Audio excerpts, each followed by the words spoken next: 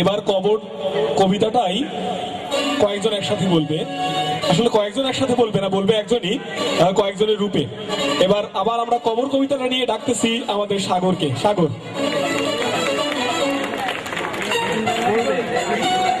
আবার আশা লাগলো। এটা একটা বাস্তব অভিজ্ঞতাই, আসলে সব বাস্তব অভিজ্ঞতা থেকেই আসে। আসলে এটা বাস্তব অভিজ্ঞতা। ওই আমাদের কলেজে, নর্ডন কলেজে ছিলাম তখন, একটা কবিতা আবৃত্তি প্রতিযোগিতা হয়, ওখানে কবিতা ক্লাব আছে। তো ওইখানে কবিতা আবৃত্তি প্রতিযোগিতায় আরামবাগের পাশেই, যেহেতু নর্ডন কলেজ, ওখানে প্রতিযোগিতা হইতো। তো একবার সিলেক্ট করে দেওয়া হলো যে বিভিন্ন জায়গা থেকে বিভিন্ন লোক আসছে, তারা কবিতা প্রতিযোগিতায় অংশগ্রহণ করবে, কিন্তু কবিতা একটাই, সেটা হলো কবর, যেটা রাজন ভাই বলে গেলেন। এই কবরটার যে যত ভালো করে বলতে পারবে তাকেই ফার্স্ট পুরস্কার ঘোষণা করা হবে। তো প্রথমেই সামনে বিচারক বসে আছেন 3 জন, পিছনে কেউ নাই, শুধু একদম শেষে আমি বসে আছি, মানে দর্শক বলতেই নাই। তো কবর প্রথমে যে একদম প্রফেশনাল, সে আসছে, এসে কবর আবৃত্তি করতেছে। কবর, জসিমউদ্দিন।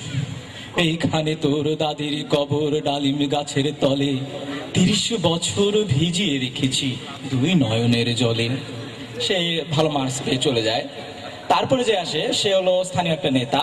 তার ইচ্ছা হয়েছে, আমি তো কবিতা আবৃত্তি ছোটবেলা করতাম, এখন দেখি তো কি অবস্থা, যদিও স্লোগান টোগান করি তারপরেও তো কবিতা একই রকমই। তো এসে শুরু করছে, কবর, জসিমউদ্দিন, এইখানে তোর দাদির কবর, এই ডালিমে গাছের তলে, 30 বছর ভিজিয়ে রেখেছি 2 নয়নের জলে। বিচারকরা তো পড়ে গেছে, আবার উঠছে, ভয়ে টেনে দিয়ে দিছে। তারপরে যে আসছে সে একটু হাসে বেশি, হাসি খুশি মানুষ, হাসে বেশি। সে একটু কবিতা আবৃত্তি করতে আসছে।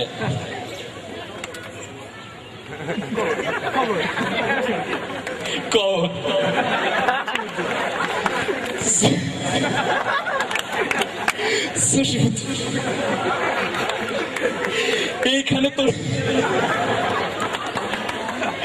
দাদির কবর,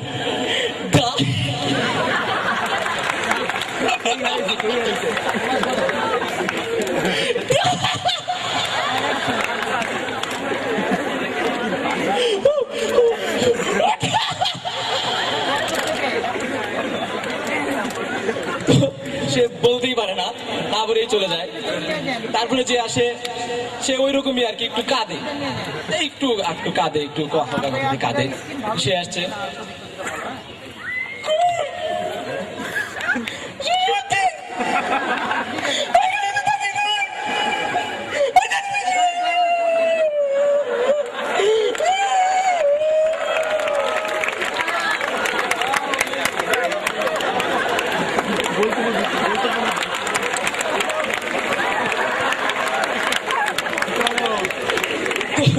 সেও বলতে পারে না, চলে যায়।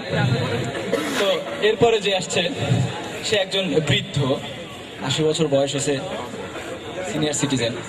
তিনি কবিতা আবৃত্তি করতে আসছেন।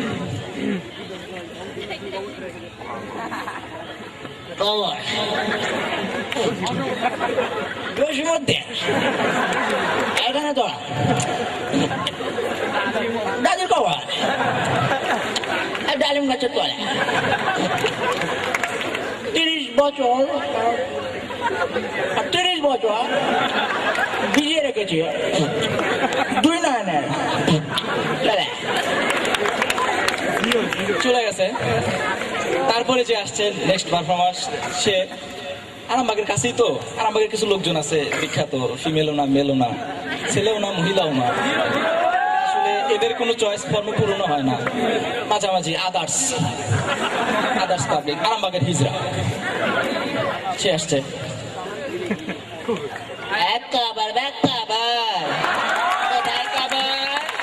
এইখানে তোর দাদির কবর, ডালিম গাছের তলে, ভিজিয়ে রেখেছি 2 নয়নের জলে। সে চলে গেছে। আমি পিছন থেকে শুধু হতবাক হচ্ছিলাম, কি প্রতিভা, কত ধরনের কবিতা। শেষে যে আসলো সে একটু তোতলা, কথা বলতে গেলে তোতলায়। সে লাস্ট প্রতিযোগিতা আসছে, সে জানে আমি পারবই, পারতেই হবে। সে আসছে, কবর, জসিমউদ্দিন,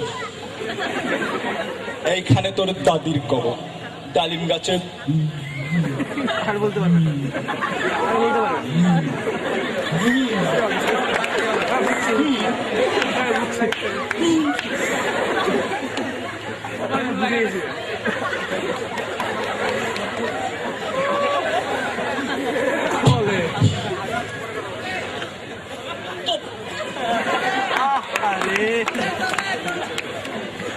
ধন্যবাদ। গান শুনবো, যার কাছ থেকে গান শুনবো সে একসময় জাতীয় শিশু পুরস্কার প্রতিযোগিতায় দেশাত্মবোধক গানে প্রথম হয়েছিল, গোল্ড মেডেল প্রাপ্ত। পরবর্তীতে গান থেকে অনেক দূরে চলে গেছে এবং দূরে চলে গিয়ে খুব যে খারাপ করেছে তা না, দূরে চলে গিয়ে সে বেশ কিছু প্রতিষ্ঠানের জন্ম দিয়েছে। আসছে অনেকগুলো প্রতিষ্ঠানের জনক, উদ্ভাসের প্রতিষ্ঠাতা সোহাগ ভাইয়া। সোহাগ বাজারের জন্য হাততালি।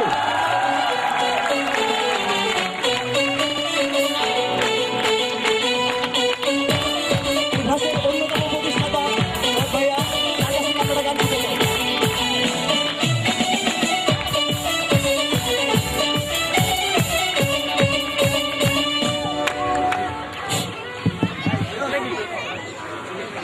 আমি একটা লালন গীতি গাইব, খুব পরিচিত গান।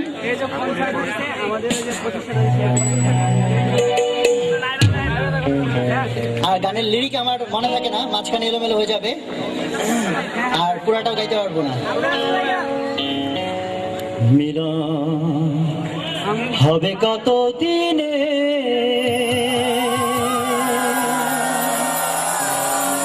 আমার মনের মানুষের সনে, আমার মনের মানুষের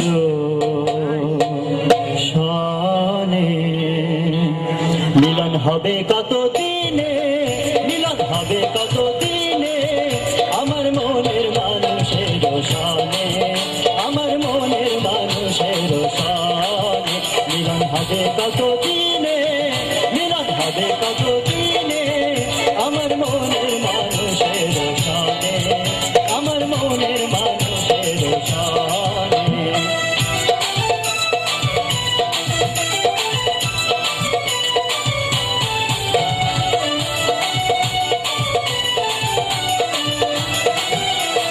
যাদব প্রায় নিশি, কে আছে কালো শোষী, যাদব প্রায়